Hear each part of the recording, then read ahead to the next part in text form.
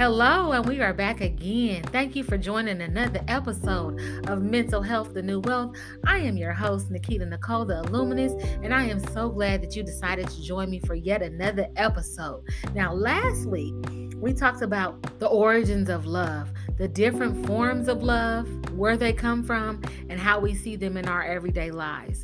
In that episode, I promised you a snippet on the origins of where Valentine's came from back in the day, how we use it today, and thoughts about how we can use it moving forward in the future. Love is not something that you should get one day out of the year, but it's something that should be expressed 365 days a year, 24 hours in a day. It's not something to be lulled over anyone's head or to be used as manipulation. Love is the pure form of God energy that flows through us on an everyday basis. So we should be able to share that freely one to another. This little snippet of the episode is not about good or bad, right or wrong. It's just to give you some clarity on the day so that you are mindful and intentful when you're making decisions so far as how you will participate in this life, what you will celebrate, what you will honor, and what you choose to be affiliated with. My only job here on this podcast is to help you to gain clarity and understanding and the things going on around you, how they affect you, and what you can do to be the greatest form of yourself. So I'm going to do my job and then the rest is up to you. So sit back, relax, and let's get into this episode.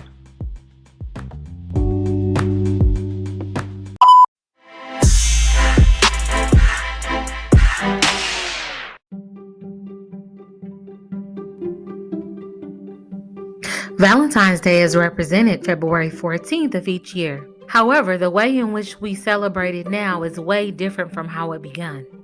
In days of old Rome, February 13th and 15th was celebrated as Lupercalia. The festival of Lupercalia was celebrated primarily for fertility. Men and women would drink to be drunk and walk around naked. They would also play games like pulling women's names out of jars to see who they would mate with. When sacrifices needed to be made, dogs and goats were used for this purpose, and their hides were followed up and used to whip the women that were drawn out of the jar.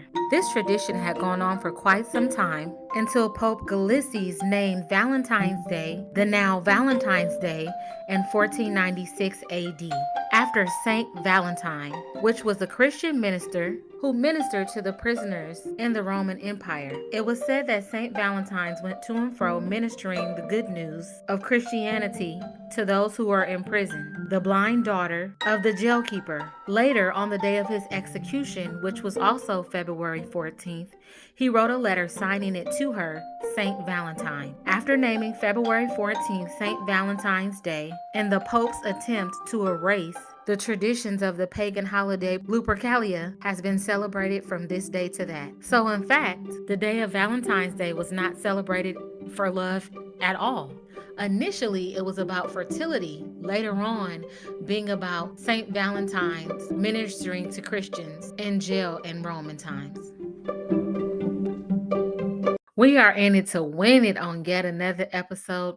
Once again, I am so excited that you decided to join me on this episode of Mental Health, the New Wealth. It has been Love Week all week, and today is Friday. So at this point, I know that you guys should be filled up with love. You should be feeling great and doing the work that it takes to make sure that you stay that way.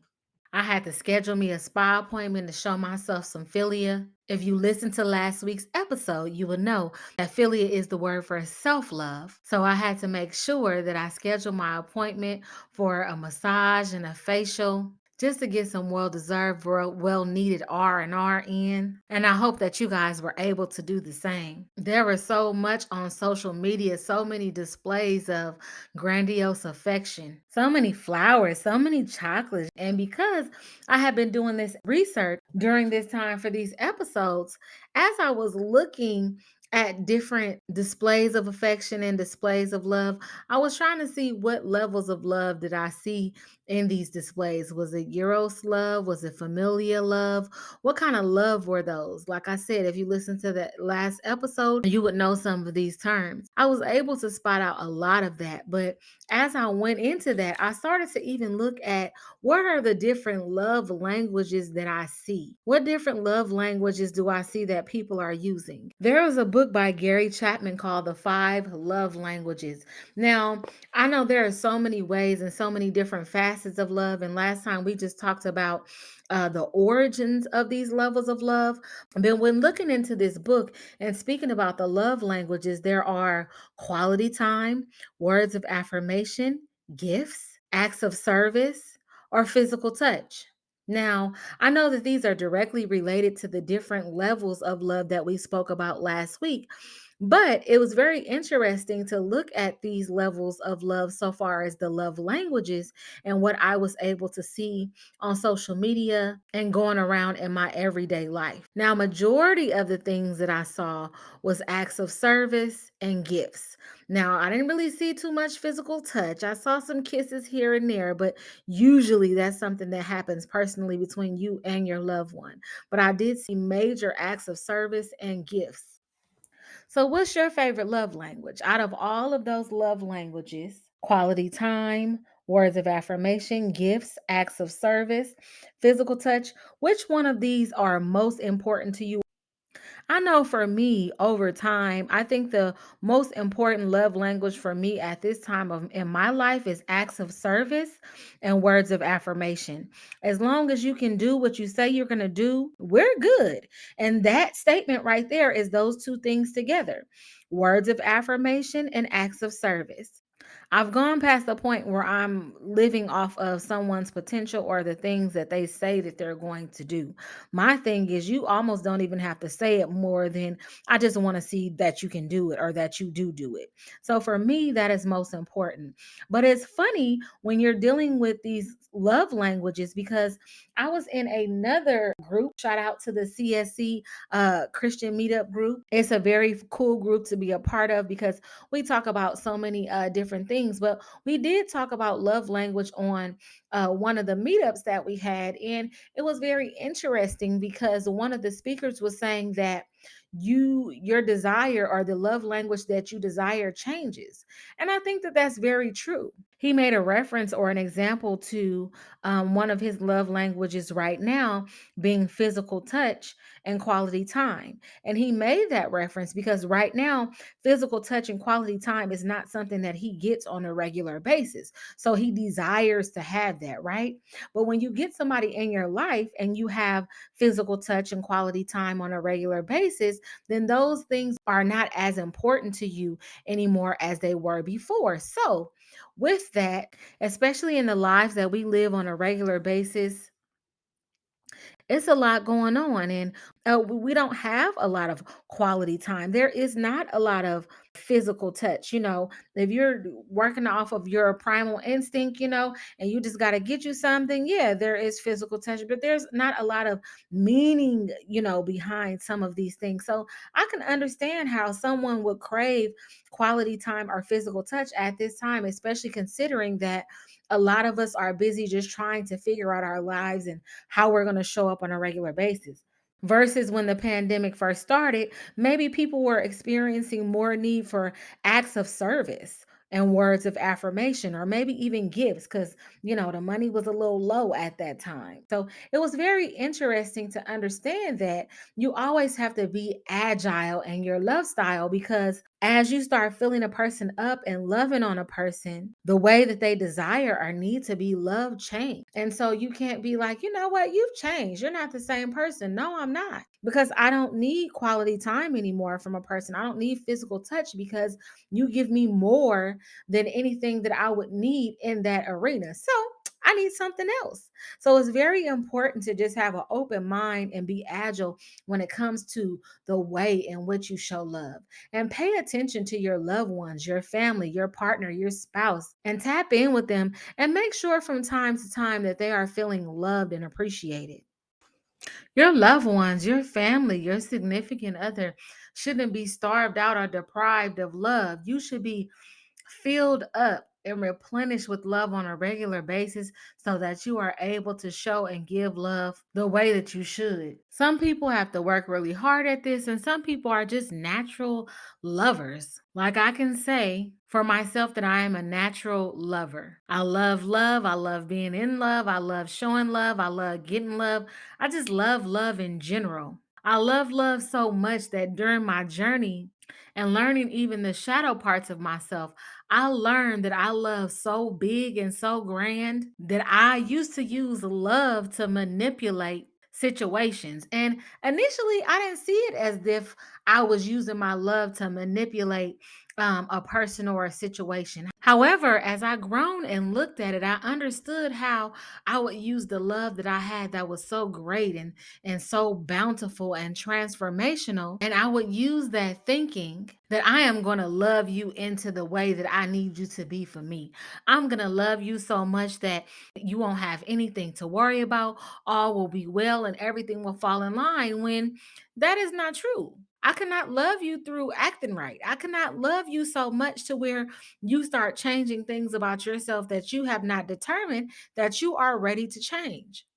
So, because I was able to look deep within and look at myself and some of the ways that I use love, I was able to then correct those ways and those things that I used to do so that I can exemplify myself in the way that I wanted to be loved and then not hurt because I poured out all this love and the person did not change. That was manipulation. I didn't see it as that at the time. But as I grew in my spiritual and emotional walk, I understood that to be true. So, how do you see yourself using love to your advantage? You don't necessarily have to use it in a negative way.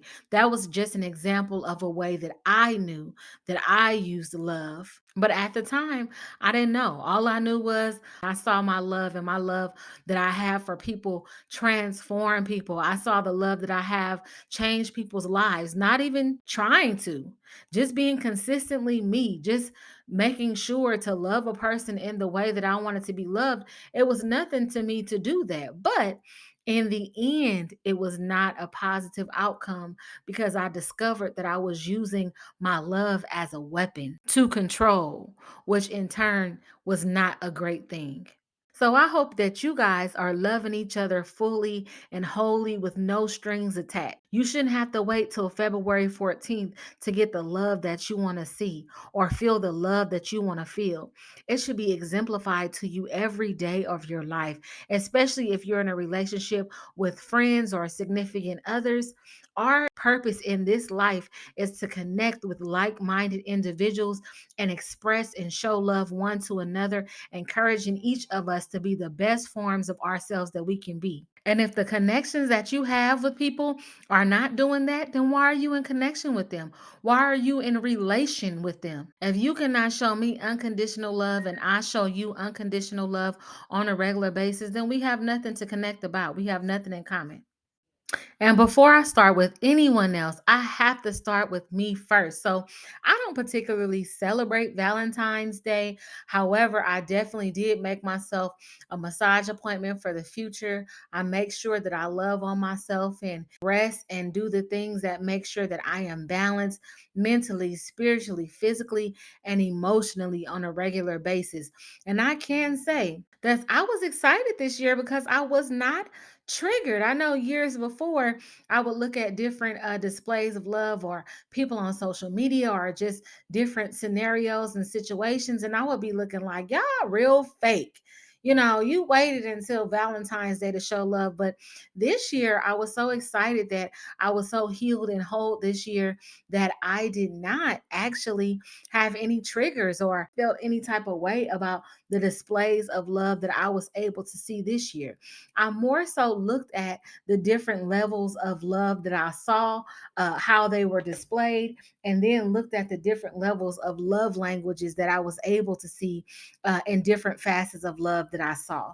So I was pretty excited that that was not the case, which means that your girl is healing. Your girl is pushing forward and your girl is doing the work. And that is why I am doing these podcasts for you as well, because my objective It's for us to do the work collectively so that we can be the best versions of ourselves, not only for ourselves, but for one another. I hope if you exemplified Eros love or you had physical touch this past week, I hope that you utilize it to the best of its ability. You know, physical touch, especially sexual touch and orgasm, is the greatest energy for manifestation. I hope you are mindful and intentful of these connections because it was actually designed to be the most powerful form of kinetic collective energy. So now that you know, you have the responsibility to use that energy for good. We don't want to continue to manifest low vibrational things, sneaky links and hookups and not respecting each other's personal space and having bad spiritual hygiene. We want to make sure that we are using this kinetic energy to bring about the best things in life. I know that I want to. So now that all is said and done, don't pipe your love down. Make sure you keep your love piped up and keep that same energy that you had when you put all the plans into making sure that your Valentine's was everything that you wanted it to be for you and your loved ones. Figure out different ways that you can use different elements of love, your eros love, your agape love, your philia love. Figure out different ways that you can show qualities of your love language for yourself and your partner. Quality time, words of affirmations, gifts, act of service, or physical touch. Make sure that you're putting in the time for yourself on a regular basis to make sure that your love reservoir is filled to the top, so everything that spills from you is that of love and light. Thank you so much for tapping into this episode. This was your snippet. As I promised you last week, we will definitely be coming next week again with more fire, more fire, more fire.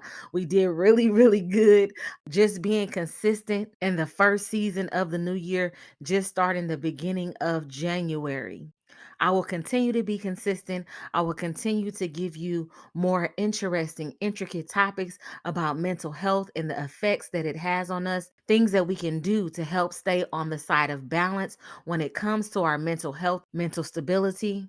And I will continue to break down the shame and stigma that comes along with mental health difficulties and disorders, especially in urban communities. If there is any topic that you are interested in or you want to hear about, any mental difficulty or disorder that you want me to discuss on this show, please DM me on Instagram at Mental Health The New Wealth.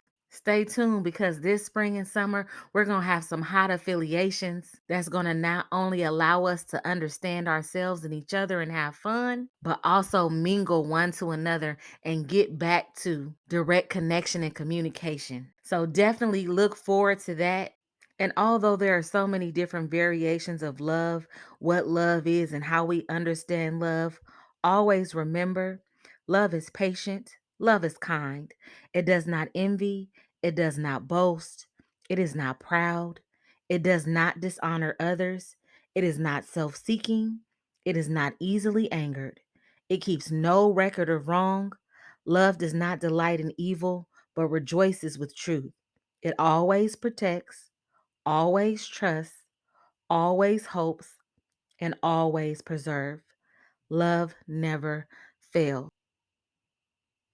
and neither will we as long as we understand our mental health is the new wealth.